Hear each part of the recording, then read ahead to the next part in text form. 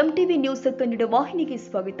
ಅಯೋಧ್ಯೆ ಶ್ರೀ ಪ್ರಭುರಾಮನ ಭವ್ಯ ಮಂದಿರ ನಿರ್ಮಾಣವಾಗಿ ಭಾರತೀಯರ ಕನಸು ನನಸಾಗಿ ಇವತ್ತು 1 ವರ್ಷ ಪೂರೈಸಿದ ಹಿನ್ನೆಲೆ ಬೆಳಗಾವಿಯ ಗಣಪತಿ ಗಲ್ಲಿ ಹಾಗೂ ಸೌದಾಗರ ಕಾಂಪ್ಲೆಕ್ಸ್ ವ್ಯಾಪಾರಿಗಳು ರಾಮ ಮಂದಿರ ಉದ್ಘಾಟನೆಯ ಪ್ರಥಮ ವಾರ್ಷಿಕೋತ್ಸವವನ್ನು ಅದ್ದೂರಿಯಾಗಿ ಆಚರಿಸಿದ್ರು. ಶ್ರೀರಾಮನ ಭಾವಚಿತ್ರಕ್ಕೆ ಪೂಜೆ ಸಲ್ಲಿಸಿ ಆರತಿಯನ್ನ ಸಲ್ಲಿಸಿದ್ದಾರೆ. 50 ಕಿಲೋ ಕ್ಷೀರ ಪ್ರಸಾದ ರೂಪದಲ್ಲಿ ಹಂಚಿದ್ರು. ಈ ಸಂದರ್ಭದಲ್ಲಿ ಗಣಪತಿ ಗಲ್ಲಿಯ ರಾಮ ಭಕ್ತರು ಉಪಸ್ಥಿತರಿದ್ದರು.